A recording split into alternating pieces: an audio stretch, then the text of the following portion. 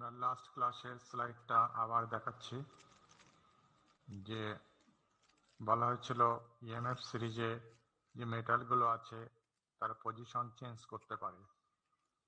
Tin আয়রনের সাপেক্ষে Nobel metal, কিন্তু টিন আয়রনের সাপেক্ষে depending on the condition circumstances active হয়ে যেতে পারে। সেই কন্ডিশনটা এখানে দেখানো হলো এবং এই কনসেপ্টটা কাজে লাগানো হয়। কাজে লাগিয়ে একটা নোবেল মেটালকে যদি একটা অ্যাক্টিভ মেটাল করা হয়, তাহলে অ্যাক্টিভ মেটালটার করেশন রেট বেড়ে যায়। তা আমরা ইচ্ছা করেই কোনো কোনো ক্ষেত্রে করেশন রেট বাড়াতে হয়। কোন জায়গায় এটা করতে হয় সেটা যখন আসবে তখন ডিটেইলসে যাব। তবে একটা এক্সাম্পল আমরা বলেছিলাম, যখন কোনো মেটালের উপরে অ্যালয়ের কোটিং ফেলি, কোনো সিঙ্গেল একটা মেটাল না, অ্যালয় একাধিক মেটালের কম্বিনেশনের কোটিং ফেলতে হয়, তখন আমাদের এই কনসেপ্টটা কাজে লাগানো হয়। তা তখন কি করা হয়, আমরা এই যে টিন নোবেল মেটাল যে অ্যাক্টিভ হয়ে গেল, কারণ হচ্ছে তার অ্যাক্টিভিটি কমে যায়। তাহলে আমাদের অ্যাক্টিভিটি কমানো হচ্ছে একটা উপায়। তো অ্যাক্টিভিটিটা কমাই কিভাবে, আমরা কমপ্লেক্সিং এজেন্ট অ্যাড করি। কমপ্লেক্সিং এজেন্ট হিসেবে বলা হচ্ছে সায়ানাইড হতে পারে, স্ট্রং অ্যালকালি হতে পারে। সায়ানাইড অ্যাড করলে কি হয়, কোনো মেটালের, ফর এক্সাম্পল যদি টিনের কথাই যদি চিন্তা করি, টিনের সঙ্গে যখন সায়ানাইড অ্যাড করা হয়, হ্যাঁ, সোডিয়াম সায়ানাইড যদি অ্যাড করি, তাহলে টিন সায়ানাইড তৈরি হয়। টিন সায়ানাইড তৈরি হয়। এই টিন সায়ানাইডটা পিপিটি আকারে নিচে অধক্ষেপ পড়ে যায়। পিপিটি তৈরি হয়। পিপিটি আকারে নিচে অধক্ষেপ পড়ে যায়। পিপিটি আকারে যেটা নিচে অধক্ষেপ পড়ে যায়, সেই টিনের অংশটা আর কোনো কেমিক্যাল রিয়াকশনে আসে না। সো টিনের কনসেন্ট্রেশনটা কমে যায়। অ্যাক্টিভিটি তো আমরা ওইটাকেই বলি যেটা কেমিক্যাল রিয়াকশনে আসে। তো সার্টেন পোর্শন টিন একটা কমপ্লেক্স তৈরি করে পিপিটি পড়ে যাচ্ছে। সো সলিউশনের ভিতরে টিনের অ্যাক্টিভিটি কমে যাচ্ছে, আর টিনের অ্যাক্টিভিটি কমে গেলে আমরা দেখেছি টিনটা অ্যাক্টিভ হয়ে যায়। তা আমরা এটাকে কাজটাকে এইভাবে করি, আমরা সায়ানাইড স্ট্রং অ্যালকালি যোগ করি, যোগ করে ওই মেটালের পিপিটি ফেলি। পিপিটি ফেলা মানে তার অ্যাক্টিভিটি কমে যাওয়া, অ্যাক্টিভিটি কমে যাওয়া মানে সেটা মোর অ্যাক্টিভ হয়ে যাওয়া। Tend to increase the corrosion rates of many metals. এভাবে আমরা কাজে লাগাই। আজকে আমরা দেখব অন্য আর একটা ফ্যাক্টর, যে কোনো অ্যাক্টিভ মেটালকে কিভাবে নোবেল মেটালে দিকে নিয়ে যাওয়া যায়। Another factor which alters galvanic position, ওই ইএমএফ সিরিজে যে পজিশনটা থাকে ওইটাকে গ্যালভানিক পজিশন বলা হয়, is the tendency to form a specific surface field. সারফেসের উপরে একটা ফিল্ম তৈরি করা হয়। এই যে ফিল্মটা তৈরি করা হয়, সেই ফিল্মটা হয়ে যায় প্যাসিভ ফিল্ম। প্যাসিভ মানে ইনার্ট ফিল্ম, সে কোনো কেমিক্যাল রিয়াকশনে যেতে চায় না। সো তখন ওই যখন কোনো মেটালের উপরে এই প্যাসিভ ফিল্মটা তৈরি হয়, তখন মেটালটা তার অ্যাক্টিভ অবস্থান থেকে নোবেল ডিরেকশনের দিকে মুভ করে যায়। এখানে যে এক্সাম্পলটা দেওয়া আছে সেই এক্সাম্পলটা হচ্ছে এরকম। পরের স্লাইডে, আমরা পরের স্লাইডেই চলে যাই, দেখি যে এখানে দেখো ক্রোমিয়াম কোথায় আছে। ক্রোমিয়াম আছে দেখো এখানে আয়রনেরও নিচে, মানে ক্রোমিয়াম আয়রন থেকেও অ্যাক্টিভ ইএমএফ সিরিজ অনুযায়ী। তার থেকেও আরো অ্যাক্টিভ হচ্ছে জিঙ্ক। আর সিলভার হচ্ছে অনেক বেশি নোবেল। সিলভার অনেক বেশি নোবেল। তা এয়ার স্যাচুরেটেড এনভায়রনমেন্টে, দ্যাট ইজ আমরা যে নর্মাল অ্যাটমসফেরিক যে এনভায়রনমেন্টের কথা বলি, ক্লাসরুমে, আমাদের অফিস রুমে, তোমাদের বাসায়, this is the air saturated environment. এই এয়ার স্যাচুরেটেড এনভায়রনমেন্টে আমরা যদি একটা সেল তৈরি করি, সে হচ্ছে ক্রোমিয়াম আছে, সেল তৈরি করা মানে ক্রোমিয়াম, এটাকে ক্রোমিয়াম বললাম। আর এখানে আছে আয়রন, দুটো অবজেক্ট নিলাম, একটা ক্রোমিয়ামের একটা আয়রনের। এবারে এই দুটোকে যদি আমরা কানেক্ট করে দেই সামহাও, গায়ে গায়ে লাগিয়ে দিলেও কানেক্ট হয়ে যায়। So this becomes a cell. এখানে ইলেকট্রোলাইট আছে, আমি কোনো ইলেকট্রোলাইট দেখাচ্ছি না, কিন্তু এই জায়গায় ইলেকট্রোলাইট আছে। এটা হচ্ছে এয়ার। এয়ার বলা হচ্ছে অ্যাকোয়াস ইলেকট্রোলাইট, এবং অ্যাকোয়াস এটা, কারণ এয়ারের ভিতরে ময়েশ্চার আছে, H2O আছে। সো চারটা কম্পোনেন্ট এখানে ফুলফিল করছে। চারটা কম্পোনেন্ট যখন ফুলফিল করবে, এই ক্রোমিয়াম এয়ার স্যাচুরেটেড এনভায়রনমেন্টের নর্মাল অ্যাটমসফিয়ারে ক্রোমিয়াম কি হয়ে যায়, ক্রোমিয়াম অক্সিজেনের সঙ্গে রিয়াকশন করে ক্রোমিয়াম অক্সাইড তৈরি করে, Cr2O3 তৈরি করে। সেই ক্রোমিয়াম অক্সাইডটা এর উপর দিয়ে ক্রোমিয়ামকে ঢেকে রাখে। সো আমরা অ্যাকচুয়ালি যে আয়রনের সাথে ক্রোমিয়াম যেটা কানেক্ট করলাম, এটা আলটিমেটলি হয়ে যায় কি, আমরা আয়রনের সাথে ক্রোমিয়ামকে কানেক্ট করিনি, আমরা আয়রনের সাথে ক্রোমিয়াম অক্সাইডকে কানেক্ট করেছি। সো ক্রোমিয়াম হয়ে গেছে ক্রোমিয়াম অক্সাইড, Cr2O3। আর ক্রোমিয়াম অক্সাইড এই স্পেসিসটা, এই কম্পাউন্ডের অবস্থানটা হচ্ছে এরকম একটা জায়গায়। তার মানে এয়ার স্যাচুরেটেড এনভায়রনমেন্টে নর্মাল অ্যাটমসফিয়ারে আমরা যখন আয়রনের সাথে ক্রোমিয়াম কানেক্ট করে একটা সেল তৈরি করি, তখন আমাদের কনসেপ্ট বলে, ইএমএফ কনসেপ্ট কি বলে, ক্রোমিয়ামটা হবে অ্যানোড, কারণ ক্রোমিয়ামটা মোর অ্যাক্টিভ দেন আয়রন। আমরা আমাদের নর্মাল কনসেপ্ট বলবো এটা হবে অ্যানোড আর এইটা হবে ক্যাথোড, সরি প্লাস বলি, এটা হবে ক্যাথোড। কিন্তু ক্রোমিয়াম সাথে সাথে ক্রোমিয়াম অক্সাইড তৈরি করে, ক্রোমিয়াম অক্সাইডের অবস্থান হচ্ছে এরকম একটা জায়গায়, Cr2O3। সো সো আলটিমেটলি যেটা হয়, এটা হয়ে যায় ক্যাথোড আর আয়রনটা হয়ে যায় অ্যানোড। সো এয়ার স্যাচুরেটেড এনভায়রনমেন্টে ক্রোমিয়াম এখান থেকে উঠে এসে সে সিলভারের কাছাকাছি চলে যায়, সো নোবেল ডিরেকশনে চলে যায়। কিন্তু এই এয়ার এনভায়রনমেন্টে যদি এয়ার স্যাচুরেটেড না হয়, এইটা যদি HCl এনভায়রনমেন্ট হয়, এনভায়রনমেন্টটা যদি এয়ার স্যাচুরেটেড না হয়ে যদি HCl এনভায়রনমেন্ট হয়, HCl এনভায়রনমেন্ট হয়, তাহলে এই ক্রোমিয়াম অক্সাইডটা এই ক্রোমিয়াম অক্সাইডটা এটা হচ্ছে প্যাসিভ। এয়ার স্যাচুরেটেড এনভায়রনমেন্ট থাকলে প্যাসিভ ফিল্মটা তৈরি করবে, কিন্তু যদি এখানে যদি HCl এনভায়রনমেন্ট থাকে তাহলে প্যাসিভ ফিল্ম ফর্ম করে না, প্যাসিভ ফিল্ম ফর্ম করে না, এটা ডাজন্ট ফর্ম। সো তখন কি হয়, তখন আয়রনের জায়গায় যেখানে আছে, ক্রোমিয়ামের জায়গায় থাকে, এটা ক্রোমিয়াম, এটা আয়রন। সো আমরা যদি তখন এটাকে কানেক্ট করি, এটা হয়ে যায় ক্যাথোড, এটা হয়ে যায় অ্যানোড। সো নোবেল ডিরেকশনে চলে যেতে পারে একটা মেটাল যদি সেটা প্যাসিভ ফিল্ম তৈরি করে। হ্যাঁ বলো। ক্রোমিয়াম অক্সাইডের ওই যে উপরে যাওয়ার বিষয়টা একটু বলবেন? ক্রোমিয়াম অক্সাইড আবার বলো, কোশ্চেন আবার বলো। সিলভারের পজিশনে চলে যায় বললেন, ওটা একটু হ্যাঁ বলছি যে মানে ক্রোমিয়াম অক্সাইডের যে বললেন না সিলভারের দিকে, হ্যাঁ হ্যাঁ, যে এখানে সব মেটাল আছে তাই না, এখানে সব মেটাল আছে। এমএফ সিরিজে মেটাল ছাড়া আর কিছু নাই, একটা এমএফ সিরিজ একটা লিমিটেশন।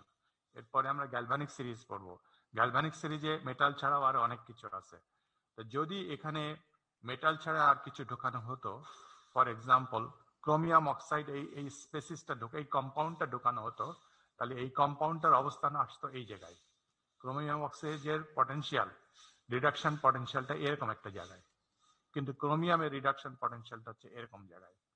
সো এরকম জায়গায় যখন ক্রোমিয়াম থাকছে, সেটা কি আয়রন থেকে মোর অ্যাক্টিভ, এইদিকে অ্যাক্টিভ, গতকালকে আমি বুঝিয়েছি। সো আয়রন থেকে মোর অ্যাক্টিভ। তো যখন এই ক্রোমিয়ামের এই অবস্থানটা হচ্ছে HCl এনভায়রনমেন্ট, HCl এনভায়রনমেন্টে সে এরকম একটা জিনিস শো করে, কারণ HCl এনভায়রনমেন্টে ক্রোমিয়ামটা ক্রোমিয়াম আকারেই থাকে। আর এয়ার স্যাচুরেটেড এনভায়রনমেন্টে নর্মাল অ্যাটমসফিয়ারে, তোমার বাসায়, আমার অফিসে, আমাদের ক্লাসরুমে নর্মাল অ্যাটমসফিয়ার, সেখানে কি আছে, অক্সিজেন আছে, সেখানে মানে এয়ারের ভিতরে অক্সিজেন আছে, কোনো HCl অ্যাগ্রেসিভ কোনো কিছু নাই। সেখানে ক্রোমিয়ামটা খুব সহজে, ক্রোমিয়াম থাকে না, ক্রোমিয়াম অক্সাইড ফর্ম করে।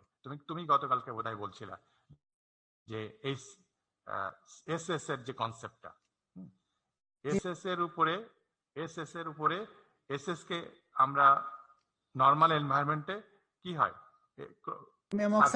ক্রোমিয়াম অক্সাইড ফর্ম করে থাকে। ঠিক একইভাবে যে ক্রোমিয়ামকে যদি আমি রেখে দেই নর্মাল অ্যাটমসফিয়ারে, তার সারফেসটা হয়ে যাচ্ছে কি ক্রোমিয়াম অক্সাইড, ক্রোমিয়াম থাকছে না, এটা ক্রোমিয়াম অক্সাইড যেটা দেখানো হয়েছে।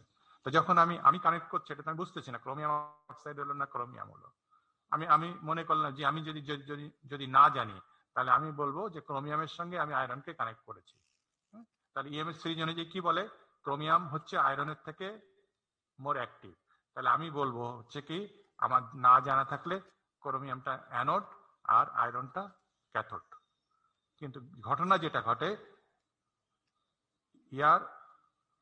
অ্যাকোয়াস এয়ার এনভায়রনমেন্টে, এয়ার স্যাচুরেটেড এনভায়রনমেন্টে ক্রোমিয়ামের চতুর্দিকে ক্রোমিয়াম অক্সাইড ফর্ম করে। চলে, তাহলে আমি কি করলাম, আমি আসলে ক্রোমিয়ামের সাথে আয়রন কানেক্ট করিনি। আমি জানি না বলে আমি বলছি ক্রোমিয়ামের সাথে আয়রন কানেক্ট করেছি। আমি তাহলে অ্যাকচুয়ালি কানেক্ট করেছি কার ক্রোমিয়াম সাথে? অক্সাইড। ক্রোমিয়াম অক্সাইডের সাথে আয়রন কানেক্ট করেছি। তাহলে আমার দেখতে হবে ক্রোমিয়াম অক্সাইডের অবস্থানটা কোথায়।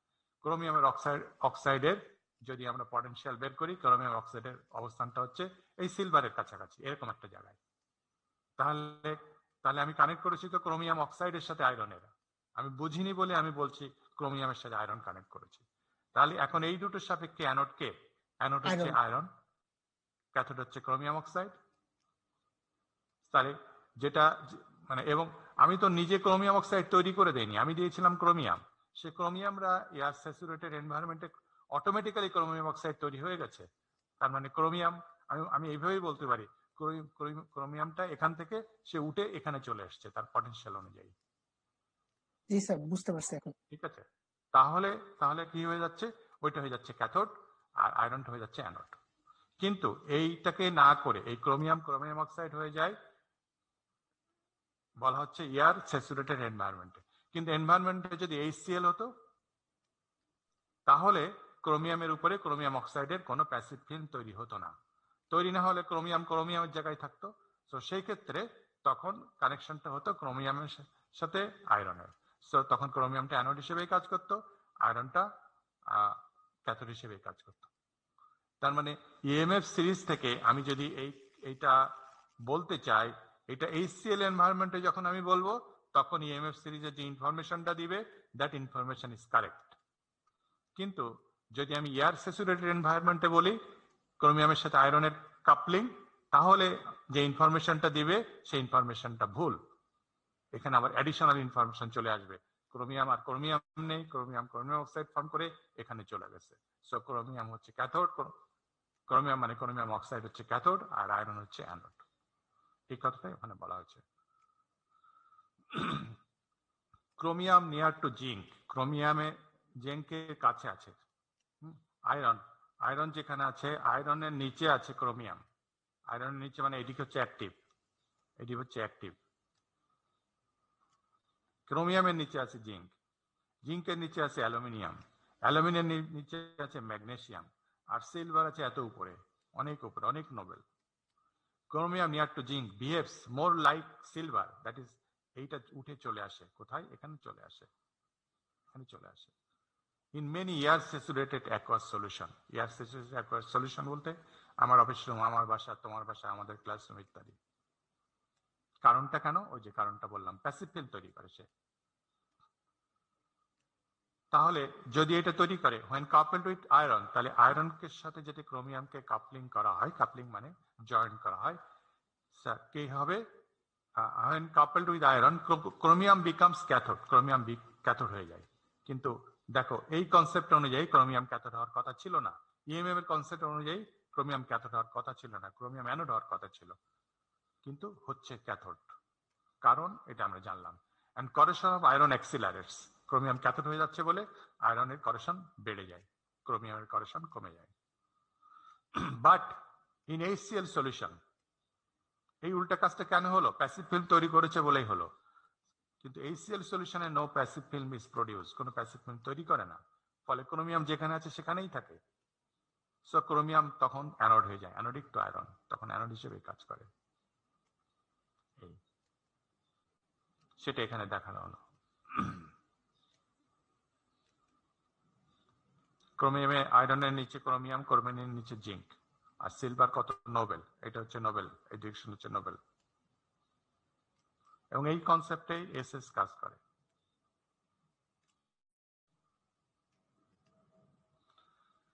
সো আমরা তাহলে কি ইএমএফ থেকে আমরা কি ধারণা পাই? ইএমএফ থেকে আমরা ধারণা পাই যে দুইটা মেটাল, এখানে গোল্ড আছে আর সবার নিচে আছে সোডিয়াম পটাশিয়াম। কোনটা সবার নিচে আমার ঠিক মনে নেই, হয় আইদার সোডিয়াম বা পটাশিয়াম একটা কিছু হবে। আর সবার উপরে গোল্ড আছে, প্লাটিনাম আর উপরে নাকি গোল্ড, আমি জানি না, এরকম একটা অবস্থানে আছে। তাহলে এরকম this is Nobel and this one is active. এর কনসেপ্টটা হচ্ছে যে কোনো জায়গায় দুইটা মেটাল, এই জায়গার একটা মেটাল এ মেটাল আর এই জায়গার একটা মেটাল এটা বি মেটাল, এই দুটো মেটালকে যদি দিয়ে আমি একটা সেল তৈরি করি, এ মেটাল কি হিসেবে কাজ করবে বলো? অ্যানোড আর ক্যাথোড? এ মেটাল ক্যাথোড হিসেবে কাজ করবে, কারণ ওটা নোবেল ডিরেকশন আছে। বি মেটাল অ্যানোড হিসেবে কাজ করবে, কারণ ওটা অ্যাক্টিভ ডিরেকশন আছে। ওকে, কনসেপ্ট ইজ ঠিক, রাইট। কিন্তু আমরা তো ব্যতিক্রম দেখতে পাচ্ছি না। টিন ছিল এখানে, তারপর আয়রন ছিল এখানে, ক্রোমিয়াম ছিল এখানে। So depending on the environment, হ্যাঁ, টিন আয়রনের নিচে চলে আসতে পারে, আমরা দেখলাম একটা, তাই না? টিন আয়রনের নিচে চলে আসতে পারে depending on the environment situation. আবার ক্রোমিয়াম কি করতে পারে? আয়রনের উপরে চলে যেতে পারে। সো যে কমন যে ইনফরমেশন ইএমএফ, সেটা নট অলওয়েজ ভ্যালিড, তাই তো? Depending on situation, a noble metal becomes active and an active metals become noble. So this is one limitation. So positions of metal may change. মেটালের position change হয়ে যেতে পারে। তুমি এখন question করতে পারো, তাহলে ইএমএফ সিরিজের ইনফরমেশন তো কাজে লাগছে না। কাজে লাগছে, এটা একটা গাইড, রাফ গাইড।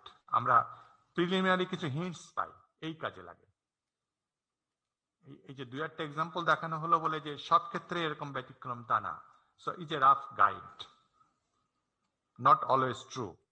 সো একটা লিমিটেশন হচ্ছে positions of metal May change হয়ে যেতে পারে। আরেকটা জিনিস হচ্ছে আমাদের এভরিডে লাইফে আমরা অ্যালয় ব্যবহার করি বেশি, পিওর মেটাল খুব কম ব্যবহার করি। হ্যাঁ, পিওর মেটাল ব্যবহার করি, বলতে পারো কোথায় পিওর মেটাল ব্যবহার করে? দু একটা জায়গা, এনিবডি? রাইট, ইলেকট্রিক কন্ডাক্টর হিসেবে আমরা ডোমেস্টিক পারপাজে পিওর কপার ব্যবহার করি। 3949 মানে হচ্ছে 99.999% কপার, 49 মানে হচ্ছে 99.49% কপার, পিওর কপার ব্যবহার করি ডোমেস্টিক পারপাজে। হ্যাঁ, এরকম দুই একটা হাতে গোনা ছাড়া আর পাওয়া যাবে না। আমরা বেশিরভাগ ক্ষেত্রে অ্যালয় ব্যবহার করি। তো যে জিনিসটা আমরা ব্যবহার করি সেই জিনিসটার করেশনে অ্যানোড হিসেবে কাজ করবে না ক্যাথোড হিসেবে কাজ করবে, সেটা আমার জানা দরকার বেশি। কিন্তু কোনো অ্যালয় তো নেই ইএমএফ সিরিজে। So this is another limitation. So এই দুইটা লিমিটেশন, যে পজিশন চেঞ্জ হয় আর অ্যালয় ইনক্লুডেড নাই, তাহলে যখনই একটা প্রবলেম তৈরি হয়েছে সায়েন্টিস্টরা তখনই ওই প্রবলেমটা ওভারকাম করার চেষ্টা করেছে। তো তখন চিন্তা করলো তাহলে তো আমাদের একটা কিছু বের করতে হবে যেখান থেকে আমি সবসময়, যেখানে আমি অ্যালয়ের ইএমএফও পারবো এবং তাদের অবস্থানও চেঞ্জ হবে না। চেঞ্জ হলে কে কোন অবস্থান আছে এক্সাক্ট অবস্থা আমি জানতে পারবো। আমি শুধু রাফ গাইড চাই না, আমি এক্সাক্ট গাইড চাই। ইএমএফ দেয় হচ্ছে রাফ গাইড, আমি এক্সাক্ট গাইড চাই। এট দ্য সেম টাইম আমি অ্যালয়ের অবস্থানও জানতে চাই, কারণ আমি 98-99% অ্যালয় ব্যবহার করি। সো তখন সায়েন্টিস্টরা রিসার্চ করে তখন তারা অন্য একটা জিনিস আবিষ্কার করলেন, সেটার নাম হচ্ছে galvanic series, not EMF series. So result is the production of, ওই লিমিটেশন থেকে তারপর রিসার্চ হলো, রিসার্চ করে একটা জিনিস তৈরি হলো, তার নাম হচ্ছে গ্যালভানিক সিরিজ তৈরি হলো। তা ডেফিনেটলি তাহলে গ্যালভানিক সিরিজের লাভ কি? ওখানকার লিমিটেশন গুলো দূর হয়ে গেছে। সো তাহলে একটা লাভ আমরা বলতে পারি, গ্যালভানিক সিরিজে অ্যালয় গুলো ইনক্লুডেড আছে। তাহলে শুধু অ্যালয় থাকলে হবে না, মেটালও থাকতে হবে, কারণ মেটালও যে আমরা একেবারে ব্যবহার করি না তা না। সো গ্যালভানিক সিরিজ হচ্ছে এমন একটা সিরিজ যেখানে মেটালও আছে, অ্যালয় আছে। আর কি আছে? গ্যালভানিক সিরিজের পজিশন চেঞ্জ হয়, কিন্তু চেঞ্জ হয়ে কোন কোন কন্ডিশনে কোন মেটাল কোন জায়গায় যাচ্ছে সব বলে দেয় আমাকে গ্যালভানিক সিরিজ। সো ওই দুইটা ওভারকাম হয়ে যায়। সো এটা হচ্ছে একটা রাফ গাইড,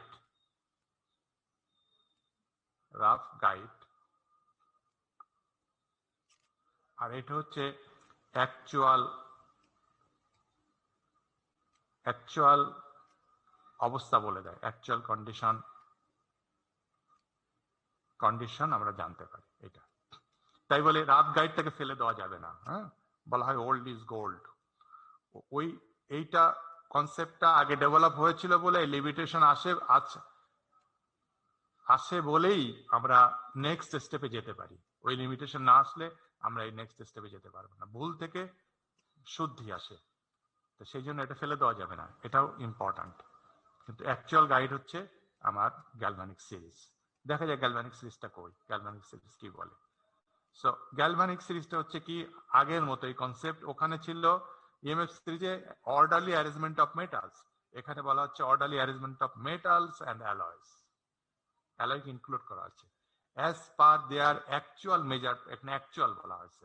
ওইটা ছিল হচ্ছে ইএমএফ সিরিজের, ওইটা ছিল অ্যাজ পার দেয়ার স্ট্যান্ডার্ড পটেনশিয়াল। স্ট্যান্ডার্ড কন্ডিশনটা তোমরা আগে জানো, তিনটা কন্ডিশন, আর এটা হচ্ছে actual measure condition, not standard. যে কোনো তার অ্যাকচুয়াল মেজার কন্ডিশন মানে যে কোনো সার্ভিস কন্ডিশনে সে তার অ্যাকচুয়াল ইএমএফ আমরা জানতে পারবো, এবং অ্যালয় ইনক্লুডেড আছে।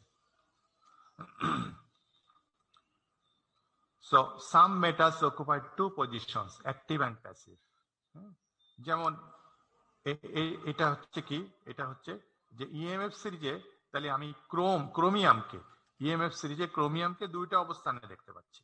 একটা আয়রনের নিচে দেখতে পাচ্ছি, আয়রনের নিচে দেখতে পাচ্ছি, এটা হচ্ছে কখন, এটা হচ্ছে HCl সলিউশনের ভিতরে। আর একটা দেখতে পাচ্ছি এখানে, এটা ক্রোমিয়াম অক্সাইড, ঠিক আছে। ক্রোমিয়াম অক্সাইডটা আমি দেইনি, সে তো অটোমেটিক্যালি হয়ে গেছে, আমি দিয়েছিলাম ক্রোমিয়াম। সো আরেকটা এই জায়গায় দেখতে পাচ্ছি, এটা কি ইয়ার স্যাচুরেটেড অবস্থানে, ইয়ার স্যাচুরেটেড অবস্থানে। আমরা বলতে পারি ক্রোমিয়াম, এটাও ক্রোমিয়ামের অবস্থান, ক্রোমিয়াম আমি দিয়েছিলাম ক্রোমিয়াম। সো ক্রোমিয়ামের অবস্থান দুইটা, একটা এখানে একটা এখানে। এটা কোথায়, এটা হচ্ছে HCl সলিউশনে যখন অ্যাক্টিভ অবস্থানে, HCl সলিউশনে অ্যাক্টিভ অবস্থায়, মানে প্যাসিভ ফিল্ম তৈরি করেনি। আর এটা বলবো এয়ার স্যাচুরেটেড সলিউশনে প্যাসিভ ফিল্ম তৈরি করেছে। ইএমএফ সিরিজে দুইটা নাই, কিন্তু গ্যালভানিক সিরিজে দুইটা আছে। তাই বলা হচ্ছে some metals occupy two positions, one is active, one is passive, এবং বলে দিচ্ছে কোন জায়গায় অ্যাক্টিভ হবে কোন জায়গায় প্যাসিভ হবে। সো যেমন এখানে বলেছে HCl সলিউশনে ক্রোমিয়াম অ্যাক্টিভ, তার অবস্থান এখানে, আর এখানে হয়তো সিলভার আছে। এখানে হচ্ছে ইয়ার সলিউশনে প্যাসিভ এবং তার অবস্থান এখানে, এটা সিলভার। সো এটা বলে দেয়। এবং এই কারণে যেহেতু মেটালস আছে, দুটো পজিশন আছে, এবং বিভিন্ন এনভায়রনমেন্টের জন্য বিভিন্ন গ্যালভানিক সিরিজ আছে। একটা সি ওয়াটারের জন্য একটা গ্যালভানিক সিরিজ আছে, এয়ার স্যাচুরেটেড অবস্থানের জন্য একটা গ্যালভানিক সিরিজ আছে, অন্য একটা এনভায়রনমেন্টে অন্য একটা অ্যাসিড সলিউশনের জন্য আরেকটা গ্যালভানিক সিরিজ আছে। কিন্তু ইএমএফ সিরিজ একটাই, একটা standard condition. So only one EMF series exists, একটাই আছে শুধুমাত্র। But several galvanic series exist, ভিন্ন ভিন্ন মিডিয়ার উপর ডিপেন্ড করে, সার্কামস্টেন্সেসের উপর ডিপেন্ড করে গ্যালভানিক সিরিজ বিভিন্ন হয়ে যায়।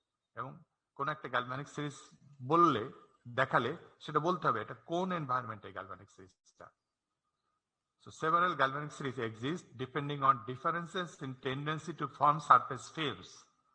সারফেস ফিল্ম অ্যাক্টিভ হবে না প্যাসিভ হবে ইন ডিফারেন্ট এনভায়রনমেন্টে।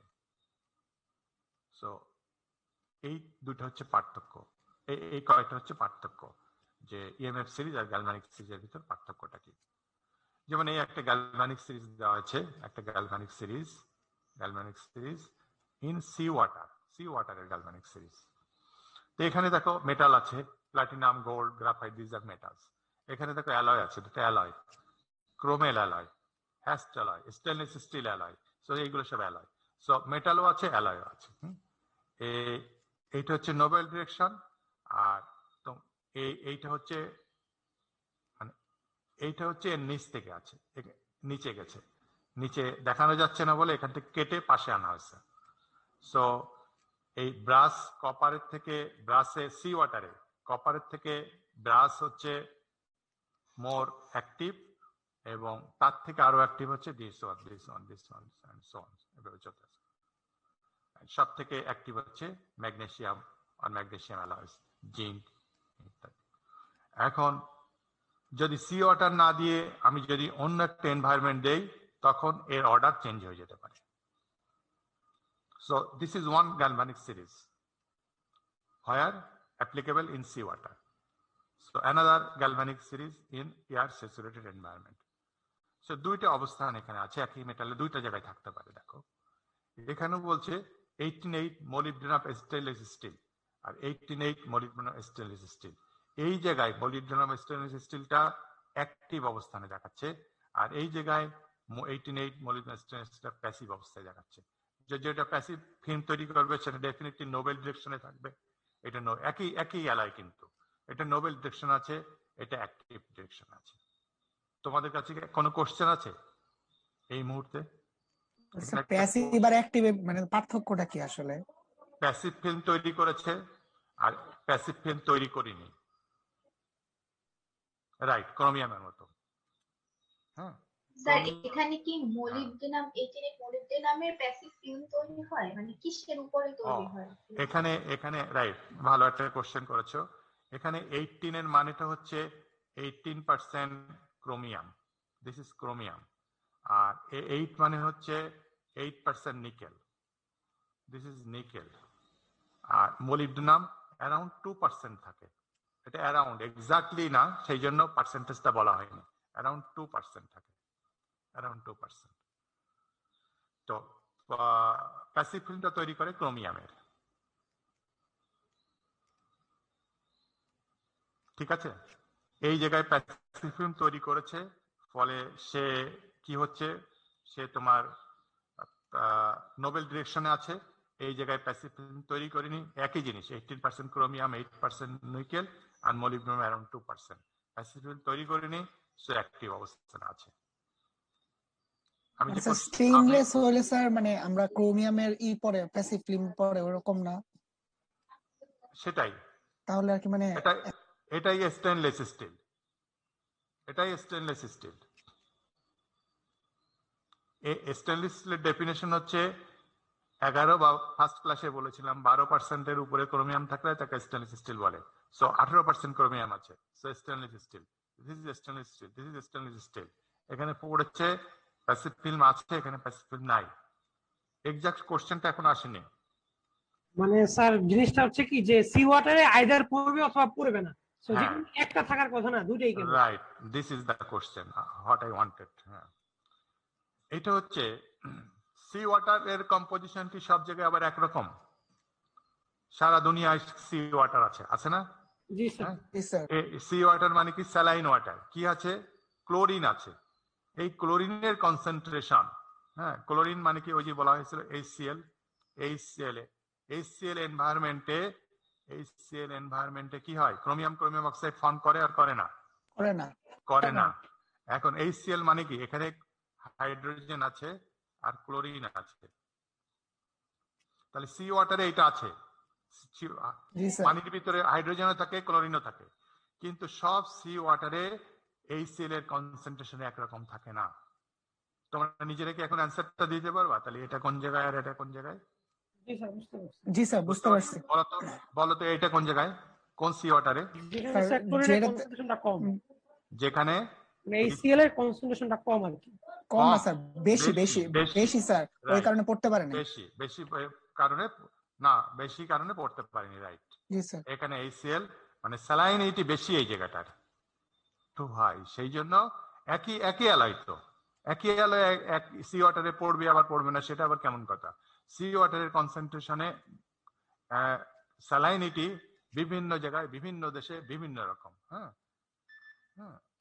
তা এখানে HCl একটা বেশি, এখানে HCl একটা বেশি, সে কারণে সে পড়তে পারেনি, সো অ্যাক্টিভ। এখানে দুটো কারণ আছে, হচ্ছে একটা কারণ, আর এখানে হচ্ছে HCl এর কনসেন্ট্রেশন কম, সো প্যাসিভ ফিল্ম তৈরি করেছে। ঠিক আছে, এই হচ্ছে একটা কারণ।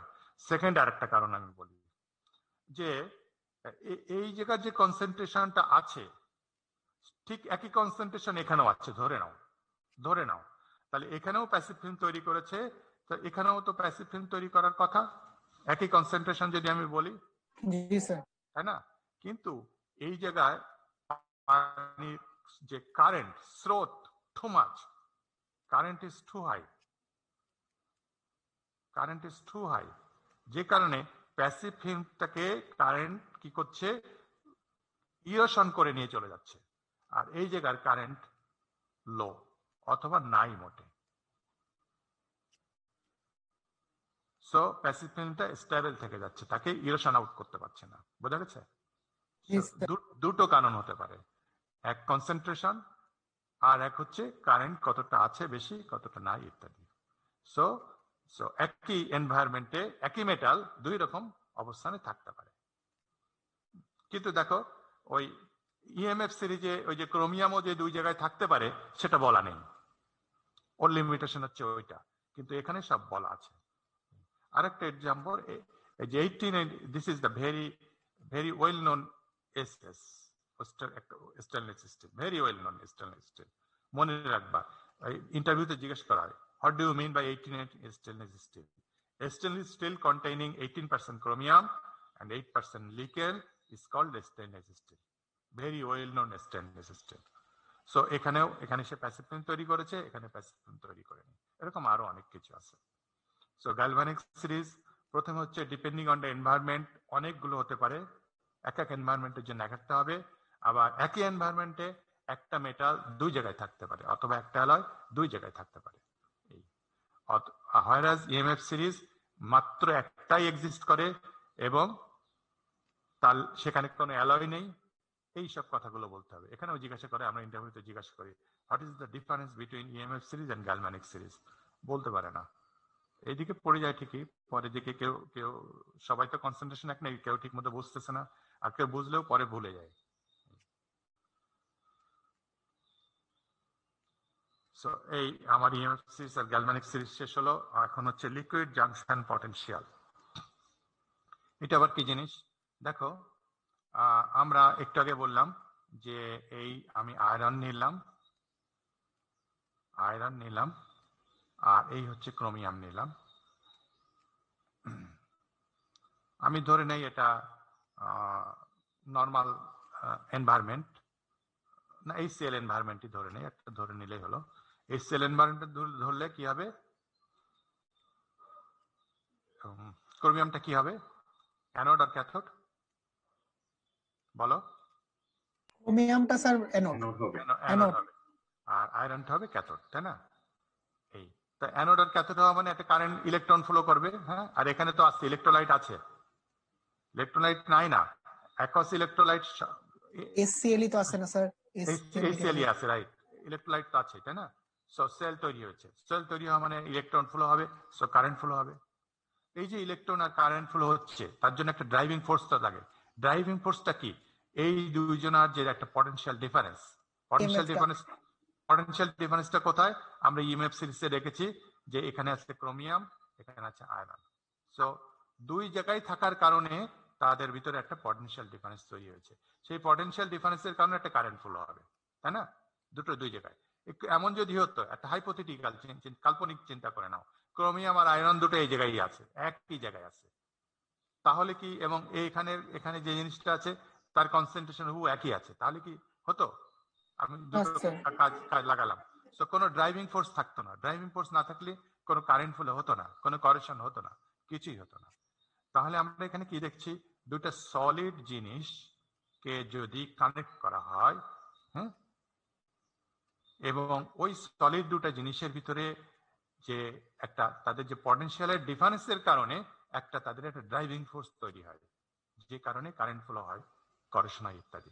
ঠিক তেমনি আমি যদি একটা লিকুইডকে রাখি, একটা লিকুইডের ভিতরে যদি একটা এরকম একটা তৈরি করা যায় যে এইদিকে লিকুইডের কনসেন্ট্রেশনটা বেশি, এইদিকে লিকুইডের কনসেন্ট্রেশনটা কম, এবং মাঝখানে এই ট্রানজিশন লাইনটা হচ্ছে এটা ডায়াফ্রাম, তাহলে ঠিক একই ব্যাপার এখানেও, যেমন কি হচ্ছে দুটার ডিসিমিলার মেটালের কারণে যেমন একটা potential driving force, potential difference তৈরি হচ্ছে দুটা লিকুইডের কনসেন্ট্রেশনের কারণে, ডিফারেন্সের কারণে, তেমনি এই জাংশন বরাবরও একটা পটেনশিয়াল তৈরি হয়। That potential is called the liquid junction potential, LJP. Potential difference exist between two metals in a cell. একটা সেলের ভিতরে দুটা ভিন্ন ভিন্ন মেটাল থাকলে তাদের ভিতরে একটা পটেনশিয়াল ডিফারেন্স তৈরি হয়। সিমিলারলি একইভাবে It arises, the same thing happens between whenever two solutions of different composition or concentration in contact. This potential difference is called the liquid junction potential. এই ডায়াফ্রাম বরাবর একটা লিকুইড জাংশন পটেনশিয়াল তৈরি হবে এবং যে কারণে আমরা যে কনসেন্ট্রেশন সেলে দেখেছি, দেখো এখানেও কি দেওয়া ছিল কপার, এখানেও কি দেওয়া ছিল কপার, দুটোই কপার, দুটো কপারের জায়গায় একই জায়গায়। সো দুটো কপারের কারণে কোনো পটেনশিয়াল ডিফারেন্স তৈরি হয়নি। পটেনশিয়াল ডিফারেন্স তৈরি হয়েছিল এখানকার কনসেন্ট্রেশনের কারণে। সো এখানে যেমন ড্রাইভিং ফোর্স তৈরি হয়েছে দুটা ডিসিমিলার মেটালের কারণে, এখানে ড্রাইভিং ফোর্স তৈরি হয়েছে দুটা ডিসিমিলার কনসেন্ট্রেশন অফ লিকুইডের কারণে। সো ওই ক্ষেত্রে ওই পটেনশিয়াল ডিফারেন্সটাকে বলা হয় লিকুইড জাংশন পটেনশিয়াল। এখানে আমরা দুটো সাইন দিয়েছি কি একটা এইটাকে নেগেটিভ আর এটাকে পজিটিভ দিয়েছি। কেন এটা নেগেটিভ কেন পজিটিভ জানলাম, এখানেও তেমনি দুটো সাইন হয়ে যায়। আমরা এটাও আগে দেখেছি, একটা নেগেটিভ একটা পজিটিভ। সেটা কার উপর ডিপেন্ড করে? এই কনসেন্ট্রেশনের উপর ডিপেন্ড করে, তাই না? আমরা কনসেন্ট্রেশন সেলে যখন পড়েছি তখন এই কপারকে নেগেটিভ এই কপারকে পজিটিভ আমি এইভাবে বলিনি, আমি বলেছি কার উপর ভিত্তি করে, এর কনসেন্ট্রেশন কেমন আছে তার উপর ভিত্তি করে। সো একটা নেগেটিভ হচ্ছে একটা পজিটিভ হচ্ছে। সো সাইন এন্ড ম্যাগনিটিউড, মানে ম্যাগনিটিউড বলতে পটেনশিয়াল ডিফারেন্সটা কত বেশি হবে সেটা বলে দেবে, এবং কোনটা মাইনাস হবে কোনটা প্লাস হবে সেটা বলে দেবে। Determined by relative mobility of ions and concentration difference, যে concentration difference across the junction, এই concentration difference টাই বলে দেবে যে কোনটা অ্যানোড হবে আর কোনটা ক্যাথোড হবে। আমরা কনসেন্ট্রেশন সেল পড়ার সময় এটা পড়ে এসেছি।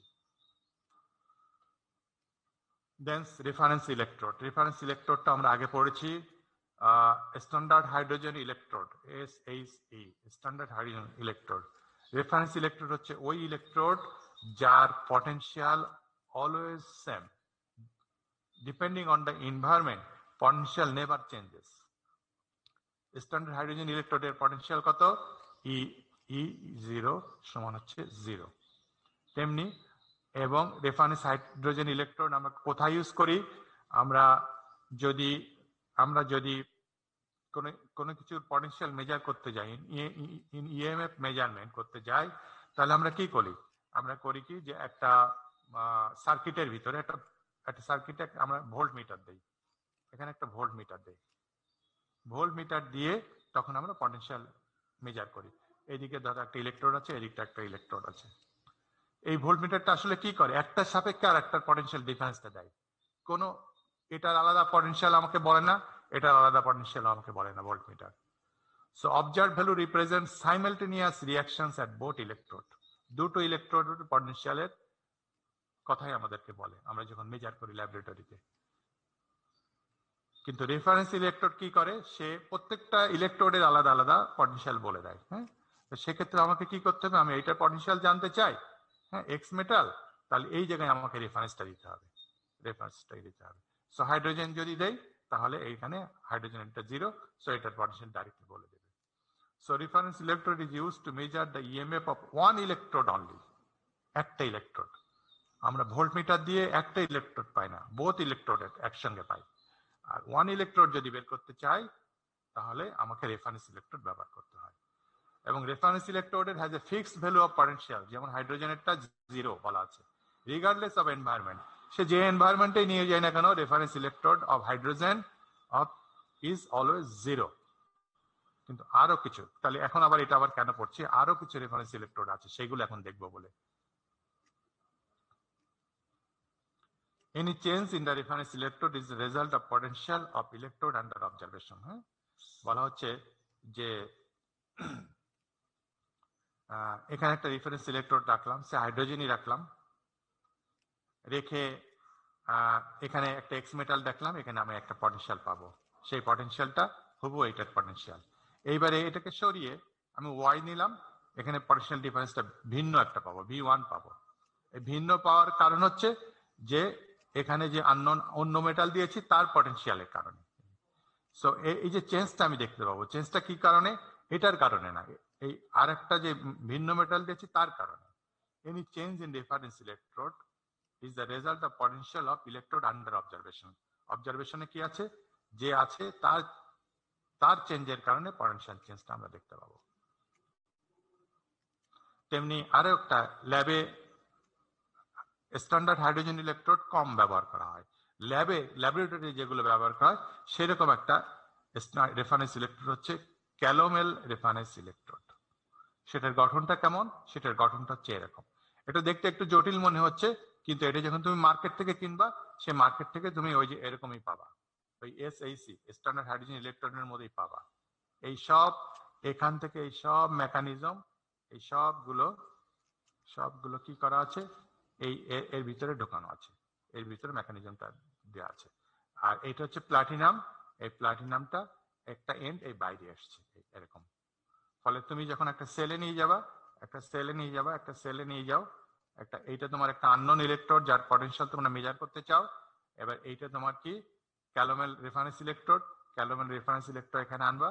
হ্যাঁ, ক্যালোমেল রেফারেন্স ইলেকট্রোডের এই প্লাটিনাম এন্ডটা বাইরে বেরিয়ে আসছে, আর তুমি এইটা থেকে আর একটা তার কানেক্ট করে আনবা, এখানে একটা ভোল্ট মিটার দিবা, ভোল্ট মিটার দিয়ে তারপরে তুমি এটা মেজার করবে। এখানে যেটা পাবা এইটা তোমার জানা আছে, অলরেডি নোন।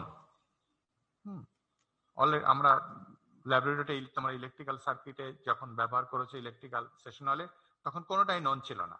ফলে তোমরা এই একটার সাপেক্ষে আরেকটা পেয়েছো। আর এইটা যে তুমি তো দিয়েছো রেফারেন্স ইলেকট্রোড যার পটেনশিয়াল অলরেডি নন। কি দিয়েছো? Calomel reference electrode. এর পটেনশিয়ালটা কত একটু পরের স্লাইডে আমরা পাচ্ছি।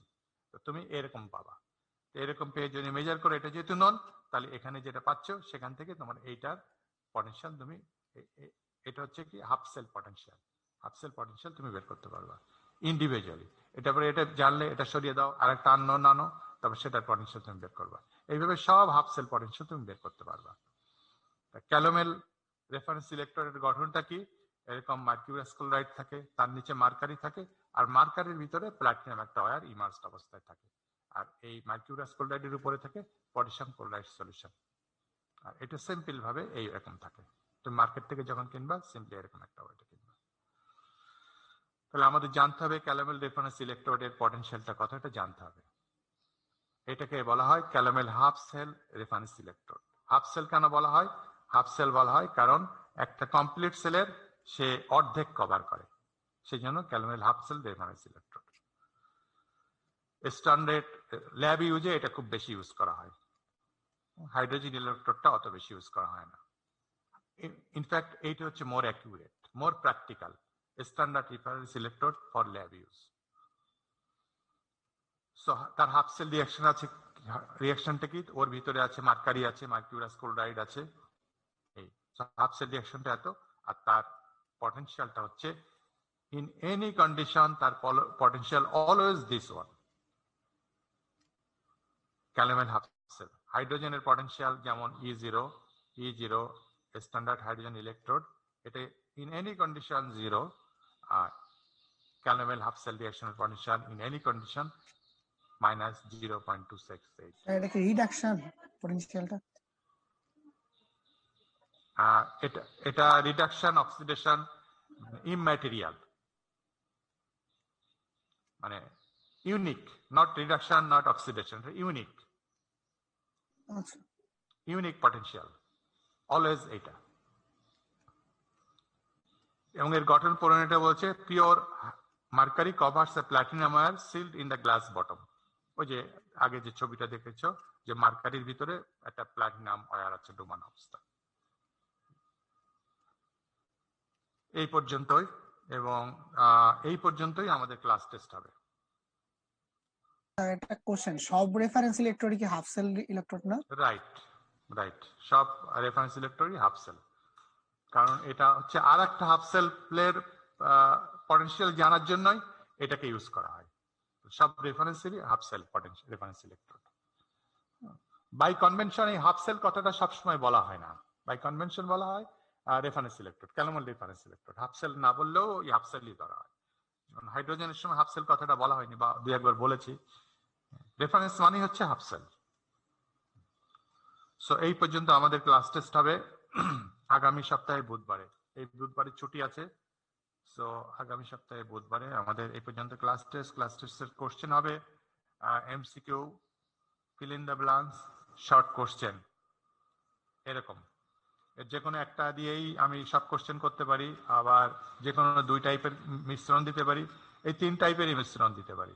এবং এটা টিমসে হবে, টিমসে কোশ্চেন আপলোড করা থাকবে, তোমরা টাইমলি পেয়ে যাবে, আবার টাইমলি তোমাকে খাতা জমা দিতে হবে, আপলোড করে দিতে হবে। এবং তো তোমরা কাগজে অ্যান্সার করবে না, ওই যেহেতু শর্ট কোশ্চেন থাকলেও 1-2 লাইনে ওই কোশ্চেনের নিচে যে জায়গা থাকে সেখানে অ্যান্সার করে দেবে, কেউ কাগজে অ্যান্সার করবে না, ঠিক আছে? আর 2টা টাইম মেনশন করা থাকবে, একটা হচ্ছে এক্সাম এন্ডস টাইম, আর একটা হচ্ছে সাবমিশনের জন্য ends time. So exam ends টাইমের পরে তোমরা কেউ লিখবে না, সাবমিশনের জন্য 2 মিনিট টাইম থাকবে। তুমি ওই সময় যদি লিখতে যাও ওটা আমি ধরতে পারবো না, কিন্তু পরে তুমি বলবা স্যার আমি সাবমিট করতে পারিনি, ক্লোজ হয়ে গিয়েছিল, লক হয়ে গিয়েছিল, এ কোনো এক্সকিউজ শোনা হবে না। তোমার 2 মিনিট আছে, 2 মিনিটে তুমি আপলোড করে দিবা, 2 থেকে 3 মিনিট সময় দেবা, ওখানে মেনশন করা থাকবে। যেমন তোমার ওই 230-তে পার্ট এ টার যেমন পরীক্ষা হয়েছিল ওই রকম, ওখানে তোমাদের যথেষ্ট বেশি সময় ছিল, এখানেও থাকবে। কোশ্চেন কয়টা থাকতে পারে? অত তোমার জানার দরকার নেই, যা থাকবে সেই অনুযায়ী তুমি টাইম পাবা, তুমি অ্যান্সার করে দিবা, ঠিক আছে? কোশ্চেনের টাইপ হচ্ছে MCQ, fill in the blanks, short type, এই কোশ্চেনের টাইপ। 10টার সময় শুরু হবে, 10টা না, বুধবারের ক্লাস তো 10টায়, হ্যাঁ 10টার সময় ক্লাস শুরু জি হবে। স্যার, আর 10টা। হ্যাঁ টিমসে হবে, কেউ যদি এখনো টিমসে, আমি টিমসে তোমাদের সবাইকে অ্যাড করে দিয়েছি, কেউ যদি এখনো অ্যাড হয়ে না থাকো, এবং কিছু লেকচার ম্যাটেরিয়ালও দিয়েছি আমি টিমসে, এবং আজকে পর্যন্ত যা পড়ালাম এগুলো হচ্ছে লেগুর বই থেকে পড়ানো হচ্ছে, লেগু, নট ফোনটানা। আগামীকাল থেকে, আগামী ক্লাস থেকে যেটা পড়ানো হবে সেটা ফোনটানার বই থেকে পড়ানো হবে। সো আমি বলেছিলাম লেগুর বই থেকে যতটুকু পড়ানো হবে আমি ফটোকপি দিয়ে দেবো, ওই টিমসে আমি অলরেডি ফটোকপি আপলোড করে দিয়েছি, মানে আজ পর্যন্ত যা পড়ানো হয়েছে তার বইয়ের ফটোকপি আমি টিমসে আপলোড করে দিয়েছি। তোমরা সবাই যাবা, কেউ যদি টিমসে এখনো অ্যাডেড না হয়ে থাকো আমাকে ইমেইল দিয়ে জানাবা যে স্যার আমার ইমেইল এই, আমি টিমসে অ্যাড এখনো হয়নি, আমি পাচ্ছি না, তাহলে আমি অ্যাড করে দেবো। হ্যাঁ, ওই দিন বলতে পারবে না স্যার আমার নাম আমি টিমসে পাইনি, আমি কোশ্চেনই পাইনি, ওই কথা বলা যাবে না। 1 সপ্তাহ এখনো বাকি আছে, তুমি আমাকে জানাবা যে কেউ যদি টিমসে অ্যাড না হয়ে থাকো। আর আগামীকালকে 3টার সময় সেশনাল ক্লাস। হ্যাঁ, রোল কল করছি।